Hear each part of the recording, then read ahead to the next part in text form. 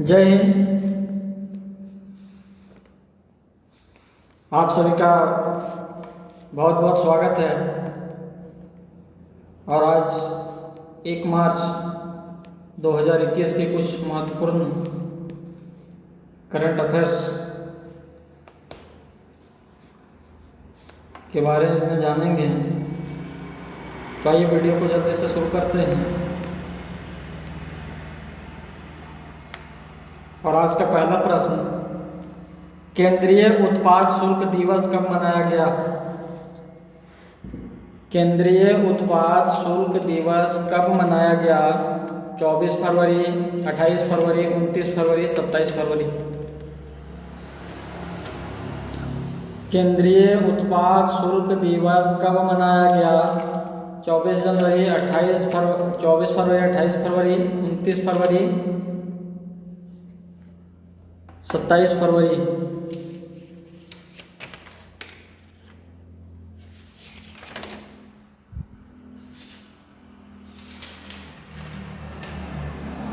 Dear friends, आपका right answer होगा 24 फरवरी। और केंद्रीय उत्पाद शुल्क जिसकी स्थापना 24 फरवरी 1944 को, इसकी स्थापना 24 फरवरी 1944 को, तब से यह प्रतिवर्ष 24 फरवरी को केंद्रीय उत्पाद शुल्क दिवस के रूप में मनाया जाता है। किसान राष्ट्रीय पुरस्कार के लिए किस जिले को चयनित किया गया है?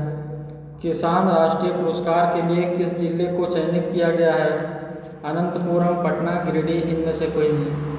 आपका राइट आंसर होगा अनंतपुर। प्रधानमंत्री के द्वारा किसान राष्ट्रीय पुरस्कार के लिए अनंतपुरम जिले का चयन किया गया है। भारत के किस राज्य सरकार ने बड़े होटलों को उद्योगों का दर्जा देने का निर्णय लिया है? भारत के किस राज्य सरकार ने बड़े होटलों को उद्योग का दर्जा देने का निर्णय लिया है? केरल, कर्नाटक, बिहार, झारखंड। डियर फ्रेंड्स, आपका राइट आंसर होगा केरल।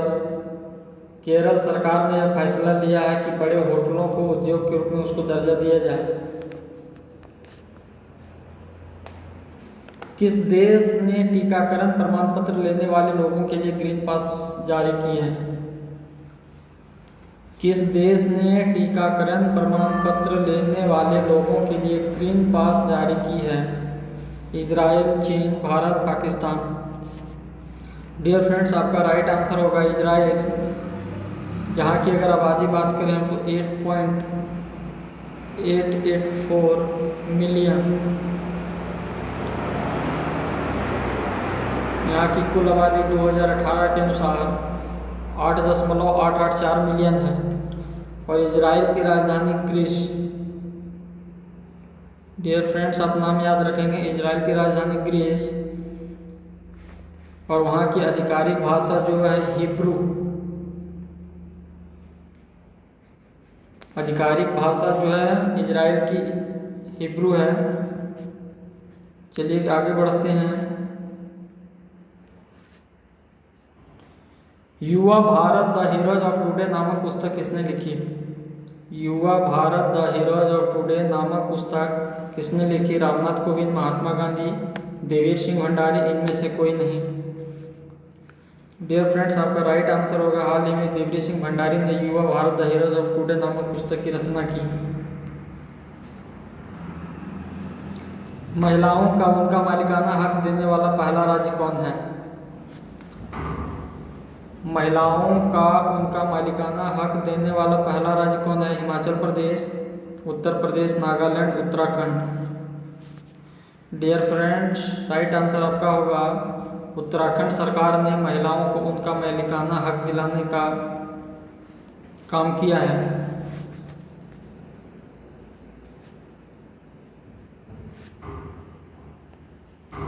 कौन सा देश भारत का शीर्ष व्यापार भागीदार बना?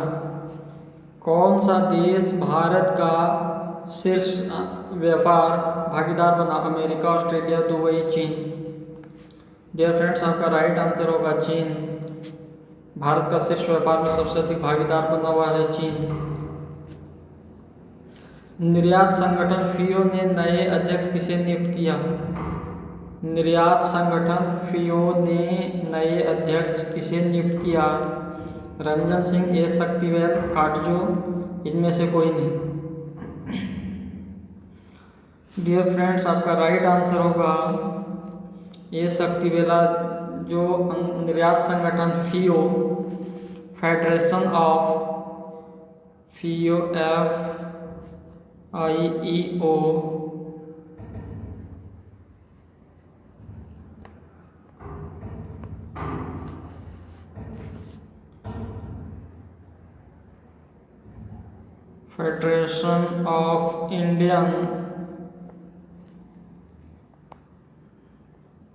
Federation of Indian export organisation. Dear friends, आप नाम याद रखेंगे, FIO federation of Indian export organisation, FIO, जिसकी स्थापना सन 1965, इसकी स्थापना वर्ष 1965 में हुई और वर्तमान में ए शक्तिवेला इसके अध्यक्ष के लिए चुने गए हैं। केरल ने आंगनबाड़ी केंद्रों को बेहतर सुविधाओं के साथ स्मार्ट अवसंरचना के रूप में विकसित करने के लिए कितने रुपए की मंजूरी दी है? केरल ने आंगनबाड़ी केंद्रों को बेहतर सुविधाओं के साथ स्मार्ट अवसंरचना के रूप में विकसित करने के लिए कितने करोड़ रुपए की मंजूरी दी है? 18 करोड़, 17 करोड़, 9 करोड़, 12 करोड़। डियर फ्रेंड्स, 9 करोड़ आपका राइट आंसर होगा। केरल सरकार ने अपने राज्य में चल रहे आंगनबाड़ी केंद्रों को सुधार करने के लिए 9 करोड़ रुपए की मंजूरी दी है। आंगनबाड़ी के क्षेत्र में केरल जो है वह सबसे पिछड़ा राज्य माना जाता था, जिसके लिए वहाँ की सरकार ने यह निर्णय लिया कि उसे बेहतर सुविधाओं से लैस किया जाए। इसके लिए 9 करोड़ रुपए की घोषणा की। नागालैंड में केंद्र सरकार और राज्य सरकार ने शिक्षा की गुणवत्ता में सुधार हेतु किस बैंक के साथ समझौते पर हस्ताक्षर किए? नागालैंड में केंद्र सरकार और राज्य सरकार ने शिक्षा की गुणवत्ता में सुधार हेतु किस बैंक के साथ समझौते पर हस्ताक्षर किया? State bank of India, bank of India, reserve bank of India, विश्व बैंक।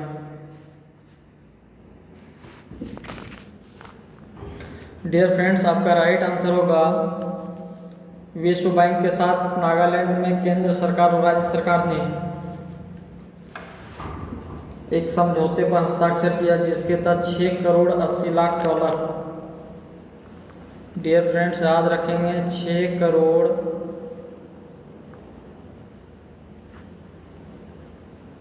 80 लाख डॉलर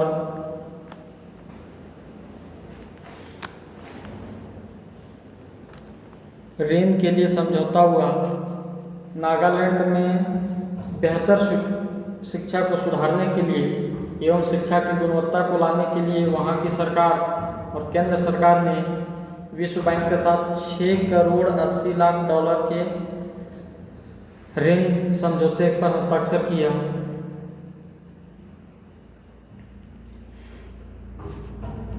रक्षा अधिग्रहण परिषद ने भारतीय राष्ट्र सुरक्षा बलों की जरूरतों को देखते हुए कितने करोड़ रुपए के पूंजीगत अधिग्रहण प्रस्तावों की मंजूरी दी है? रक्षा अधिग्रहण परिषद ने भारतीय सुरक्षा बलों की जरूरतों को देखते हुए कितने करोड़ रुपए के पूंजीगत अधिग्रहण प्रस्तावों को मंजूरी दी है? डियर फ्रेंड्स, आपका राइट आंसर होगा 13,700 करोड़। यह अधिग्रहण की मंजूरी इसलिए दी गई क्योंकि भारतीय सुरक्षा बलों के खेमे में नए नए हथियार, आधुनिक हथियार को लाने के लिए 13,700 करोड़ रुपए के अधिग्रहण प्रस्तावों की मंजूरी दी गई। हाल ही में किस देश ने क्रियोप्रोफेन दवा पर प्रतिबंध लगाया? हाल ही में किस देश ने क्रियोप्रोफेन दवा पर प्रतिबंध लगाया? बांग्लादेश, जापान, कोरिया, उपरोक्त सभी। डियर फ्रेंड्स, आपका राइट आंसर होगा बांग्लादेश। बांग्लादेश में पूरी तरह से क्रियोप्रोफेन दवा पर बिल्कुल प्रतिबंध लगा दिया गया है। यह दवा दर्द के काम में आता था यह दवा जो थी वह दर्द की दवा थी, जिससे वहाँ के गिद्धों को अधिक नुकसान होता था। इसके लिए वहाँ की सरकार ने उनको बचाने के लिए इस क्रियोप्रोफेन दवा पर पूरी तरीके से प्रतिबंध लगा दिया।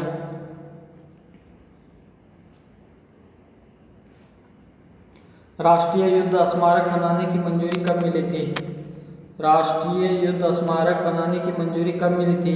18 जनवरी 2014, 18 दिसंबर 2015, 18 फरवरी 2019, 18 फरवरी 2021। डियर फ्रेंड्स, 18 दिसंबर 2015 को राष्ट्रीय युद्ध स्मारक बनाने की मंजूरी दी थी। इसे हम राष्ट्रीय समर स्मारक के रूप में भी जानते हैं।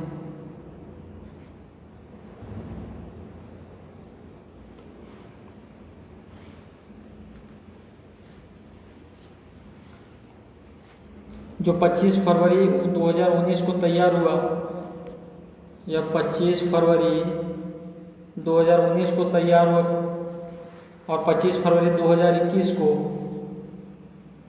25 फरवरी 2021 को दूसरी वर्षगांठ मनाई गई।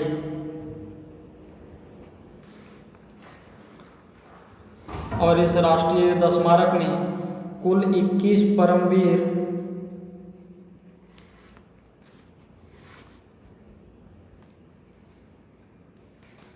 राष्ट्रीय समर युद्ध स्मारक में कुल 21 परमवीर चक्र विजेताओं की मूर्ति बनाई गई है। 21 परमवीर चक्र विजेताओं की मूर्ति बनाई गई है और यह लगभग 40 एकड़ में यह राष्ट्रीय युद्ध स्मारक फैला हुआ है। डियर फ्रेंड्स, क्लियर है? एक बार और आप ध्यान से सुन लें। राष्ट्रीय युद्ध स्मारक 18 दिसंबर 2015 को मंजूरी दी गई और 25 फरवरी 2019 को यह बनकर तैयार हुआ और इसे माननीय नरेंद्र मोदी ने इसका उद्घाटन किया और 25 फरवरी 2021 को दूसरी वर्षगांठ मनाई गई। और इस राष्ट्रीय युद्ध स्मारक में 21 परमवीर चक्र विजेताओं की मूर्ति बनाई गई है और यह लगभग 40 एकड़ में फैला हुआ है। मावरिक मसीहा पुस्तक में किसकी जीवनी लिखी गई है? मावरिक मसीहा पुस्तक में किसकी जीवनी लिखी गई है? M Venkaiah Naidu, N T. रामाराव, रामनाथ कोविंद, इनमें से कोई नहीं। मावरिक मसीहा पुस्तक में किसकी जीवनी लिखी गई है? M Venkaiah Naidu, N T. रामाराव, रामनाथ कोविंद, इनमें से कोई नहीं। Dear friends, N T. Rama Rao, N T. Rama Rao, जिनका पूरा नाम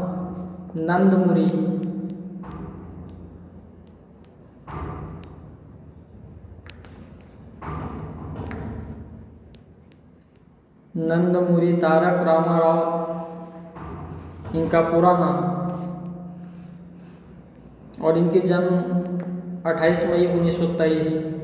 डियर फ्रेंड्स, याद रखेंगे 28 मई 1923 को इनका जन्म हुआ और 18 जनवरी 1996 को इनकी मृत्यु हो गई। और बात कर लेते हैं एन.टी. रामाराव। इन्होंने तेलुगु देशम पार्टी की स्थापना 1982 में 1982 तेलुगु देशम पार्टी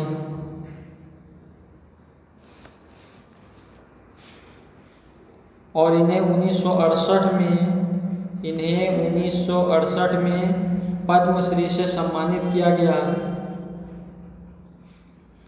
और इस पुस्तक का विमोचन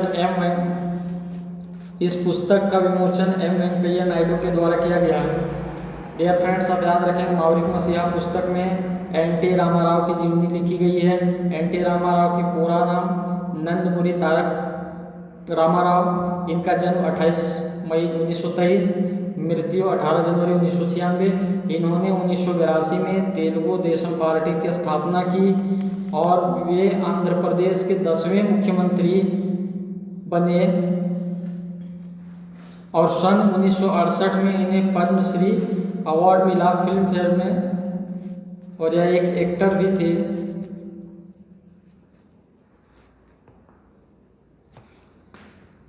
वर्तमान में किस फिल्म अभिनेता को दादा साहेब फाल्के पुरस्कार वर्तमान में किस फिल्म अभिनेता को दादा साहेब फाल्के पुरस्कार बेस्ट एक्टर के लिए चुना गया है?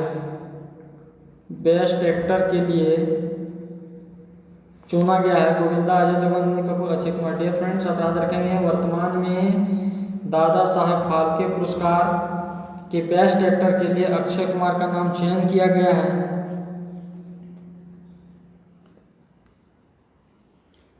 और दादा साहेब फाल्के जो थे, इनकी जन्म की अगर हम बात करें तो इनका जन्म 30 अप्रैल 1870 और इनकी मृत्यु 16 फरवरी 1944। दादा साहेब फाल्के जिनका जन्म 30 अप्रैल 1870, मृत्यु 16 फरवरी 1944। और दादा साहेब फाल्के पुरस्कार की शुरुआत 1969 में 1969 में इसकी शुरुआत की गई। और पहले विजेता दादा साहेब फाल्के पुरस्कार के पहली विजेता देविका रानी।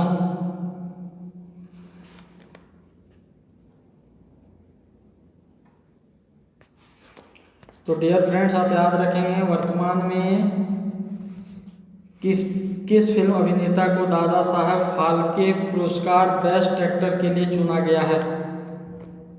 आपका राइट आंसर होगा अक्षय कुमार। दादा साहेब फाल्के जिनका जन्म 30 अप्रैल 1870, मृत्यु 16 फरवरी 1944। और दादा साहेब फाल्के पुरस्कार 1969 से शुरू किया गया और इसकी पहली विजेता जो थी, जिनको यह अवार्ड मिला, देविका रानी। साइंस सिटी परियोजना स्थापित करने वाला राज्य है? साइंस सिटी परियोजना स्थापित करने वाला राज्य है उत्तराखंड, असम, बंगाल, बिहार। डियर फ्रेंड्स, आपका राइट आंसर होगा उत्तराखंड। और यह किस योजना के तहत? स्पॉक्स योजना।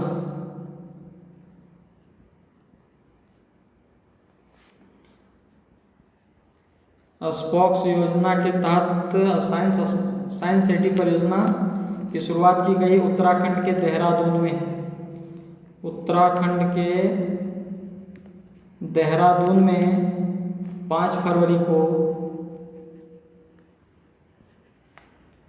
फरवरी 2021 को इस परियोजना की शुरुआत की गई। जिंदल पावर लिमिटेड ने किसे अपना अध्यक्ष पद पर नियुक्त किया? जिंदल पावर लिमिटेड ने किसे अपना अध्यक्ष पद पर नियुक्त किया? मनोज कुमार, प्रफुल्ल पटेल, जयशंकर, अनिल कुमार। डियर फ्रेंड्स, आपका राइट आंसर होगा अनिल कुमार। जिंदल पावर लिमिटेड जिनकी स्थापना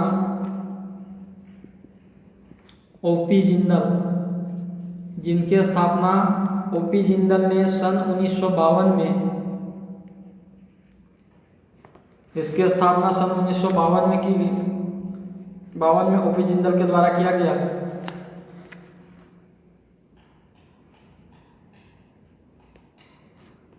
मिशन इंद्रधनुष 3.0 का शुभारंभ किसने किया? मिशन इंद्रधनुष 3.0 का शुभारंभ किसने किया? डॉक्टर हर्षवर्धन श्रृंखला, दोनों, कोई नहीं। डियर फ्रेंड्स, आपका राइट आंसर होगा डॉक्टर हर्षवर्धन सिंह, जिन्होंने मिशन इंद्रधनुष 3.0 का शुभारंभ किया। कौशल विश्वविद्यालय की नींव कहाँ रखी गई? कौशल विश्वविद्यालय की नींव कहाँ रखी गई? असम, बिहार, तमिलनाडु, दिल्ली। डियर फ्रेंड्स, कौशल विश्वविद्यालय की नींव कहाँ रखी गई? असम, बिहार, तमिलनाडु, दिल्ली। आपका राइट आंसर होगा असम में। असम राज्य सरकार ने 22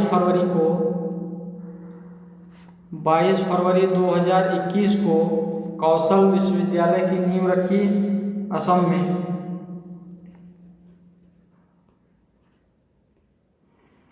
दो VLSRS AM का सफल परीक्षण किसने किया?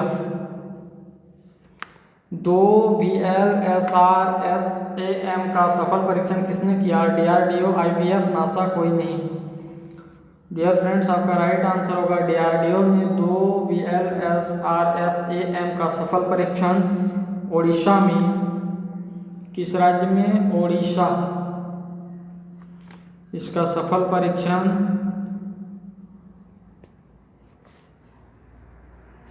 ओडिशा में 22